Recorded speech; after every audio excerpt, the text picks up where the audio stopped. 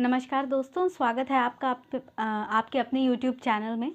तो आज की इस वीडियो में हम डिस्कस करने वाले हैं क्रिप्टोरकाइडिज्म के बारे में। ठीक है, क्रिप्टोरकाइडिज्म के बारे में देखिए, ये एक कॉन्जेनाइटल एबनॉर्मेलिटी है। कॉन्जेनाइटल एबनॉर्मेलिटी मतलब कि बच्चा पैदा हो रहा है तो उसमें प्रेजेंट हो सकती है और ये आनुवांशिक भी होती है। मतलब ये फादर से हो सकती है या हो सकता है फैमिली हिस्ट्री हो इसकी कुछ इस बीमारी की। ठीक है, तो आज हम इस वीडियो में ये देखेंगे कि ये क्रिप्टोरकाइडिज्म क्या होता है, कैसे हो जाता है, क्यों होता है, इसका इलाज क्या है, ये सारी चीज़ें हम कुछ देखेंगे इसमें।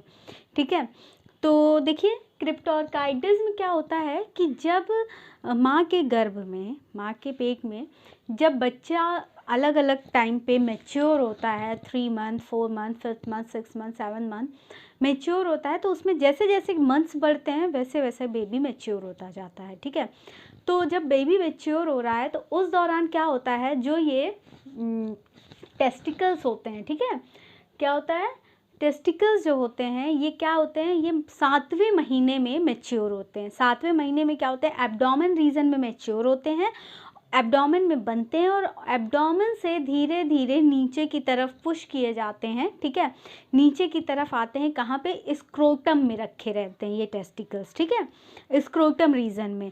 ठीक, इस तरह से एक स्क्रोटम होता है, इसमें यहाँ पे ऐसे टेस्टिकल्स आ जाते हैं। ठीक है, तो एब्डोमेन में मैच्योर होके, तो जब यही प्रोसेस नहीं हो पाती है, ठीक है, एब्डोमेन से ये टेस्टिकल्स स्क्रोटम में नहीं आ पाते हैं। स्क्रोटम में टेस्टिकल्स, जब ये टेस्टिकल्स एब्डोमेन में जो मैच्योर हुए वहाँ से यहाँ पे नहीं आ पाए किसी भी कारण से, तो उस कंडीशन को कहते हैं क्रिप्टोरकाइडिज्म। ठीक है, मतलब कि टेस्टिकल्स नीचे यानी कि स्क्रोटम में नहीं आ पाए। ठीक है, एब्डोमेन में मैच्योर तो हुए, बने तो, लेकिन नीचे नहीं आ पाए, तो इस कंडीशन को कहा जाता है क्रिप्टोरकाइडिज्म। ठीक है, तो देखिए ये क्यों होता है, मैंने पहले ही बताया, जीन एबनॉर्मेलिटी की वजह से भी हो सकता है, और इस जीन एबनॉर्मेलिटी को हम लोग कहते हैं टेस्टिकुलर डिसजेनेसिस सिंड्रोम। ठीक है, बच्चे के अपने एंडोक्राइन सिस्टम की वजह से और उसकी जीन एबनॉर्मेलिटी की वजह से ये होता है, जिसको हम कहते हैं टेस्टिकुलर डिसजेनेसिस सिंड्रोम। तो मैं आपको बता देती हूँ कि इससे क्या होता है, अगर ये हो रहा है, टेस्टिकल्स मैच्योर बने तो, लेकिन स्क्रोटम में नहीं आ पाए, कहीं और भी हैं, तो इससे टेस्टिकुलर कैंसर होने का खतरा तो बनता ही बनता है, साथ ही साथ इनफर्टिलिटी के चांसेस भी बहुत ज़्यादा हो जाते हैं। ठीक है, ट्रीटमेंट तो होगा ही, आगे बताएंगे, लेकिन इनफर्टिलिटी के चांसेस भी बढ़ जाते हैं। फ्रेंड्स, आगे बढ़ने से पहले मैं आपसे रिक्वेस्ट करना चाहूँगी कि यूट्यूब पे हमारा एक और चैनल है 10 डायरेक्शन के नाम से, तो प्लीज़ आप उस चैनल को भी विज़िट कीजिए। डिस्क्रिप्शन में मैं लिंक आपको शेयर कर रही हूँ, उसको भी विज़िट कीजिए और उस चैनल को भी सब्सक्राइब कीजिए। तो अब देखिए, इसके रिस्क फैक्टर्स के बारे में जान लेते हैं, किन लोगों को हो सकता है। लोग कहते हैं ना कि माँ को सिगरेट नहीं पीना है, अल्कोहल कंजम्पशन नहीं करना है, किसी भी कीटनाशक के संपर्क में नहीं आना है, पेस्टिसाइड्स के संपर्क में नहीं आना है। तो देखिए, ये इसीलिए कहा जाता है क्योंकि अगर इस तरह से मदर में कोई सिगरेट स्मोकिंग की हैबिट होगी, अल्कोहल कंजम्पशन का हैबिट होगा, तो प्री मैच्योर बेबी पैदा हो सकता है, या हो सकता है बच्चे में पूर्णता विकास ना हो। तो जब विकास नहीं होगा तो ऐसी चीज़ें होने के चांसेस बहुत ज़्यादा हैं। तो इसके रिस्क फैक्टर क्या है कि अगर बच्चा कम वेट का है, अब भाई पहले पैदा हुआ, वेट भी कम हो सकता है, वेट कम है तो प्रॉब्लम हो सकती है, या फिर प्री मैच्योर बर्थ है, भाई बताया ना 9 महीने से पहले ही पैदा हो गया, 5वें 6ठे महीने में, तो ऑर्गन अभी विकसित ही कहाँ हुए।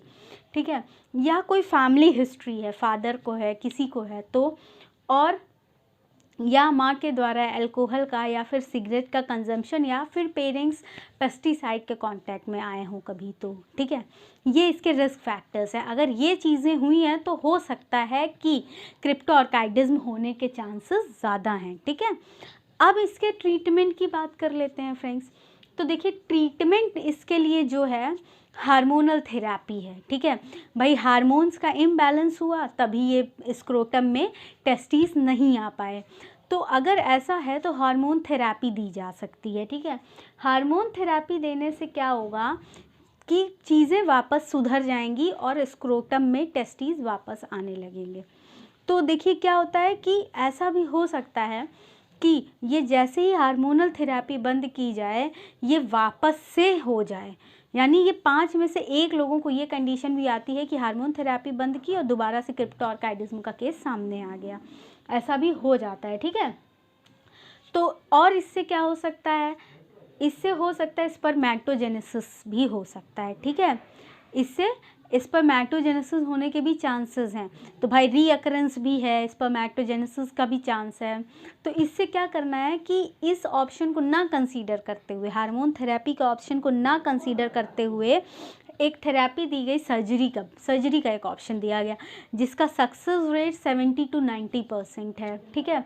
तो अब ये पहले से दूसरे साल में ही इसका ट्रीटमेंट कर दिया जाता है। अगर बेबी पैदा हुआ है उसको है तो जब तक वो 1 साल या 2 साल का हो रहा है तो उसका इलाज करके उसको ठीक कर देना है। क्यों इतनी जल्दी, क्यों?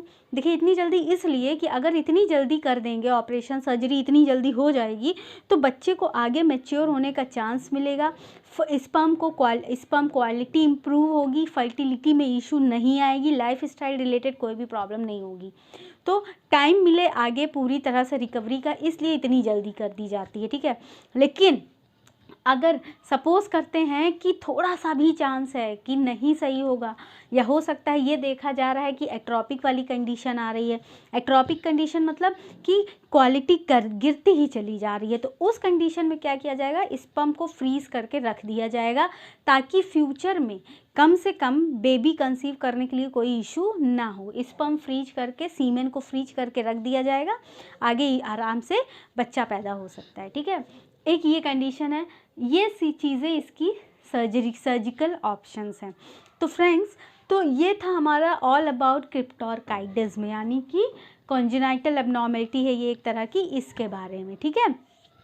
तो अब आपके दिमाग में ये क्वेश्चन आ रहा होगा, भाई नीचे जब ये स्क्रोटम में नहीं आया तो कहाँ गया?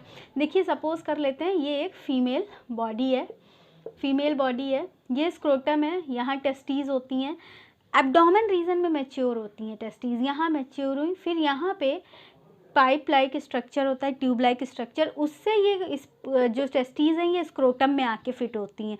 तो जब ये यहाँ नहीं आई तो ये कहीं भी हो सकती हैं, हो सकता है लोअर एब्डोमेन रीजन में हो, यहाँ पे रह गई हो, यहाँ पे रह गई हो, भाई प्री मैच्योर बर्थ हुआ तो कहीं भी रह सकती हैं, ठीक है। तो ये वाली कंडीशन हो सकती है, ठीक है।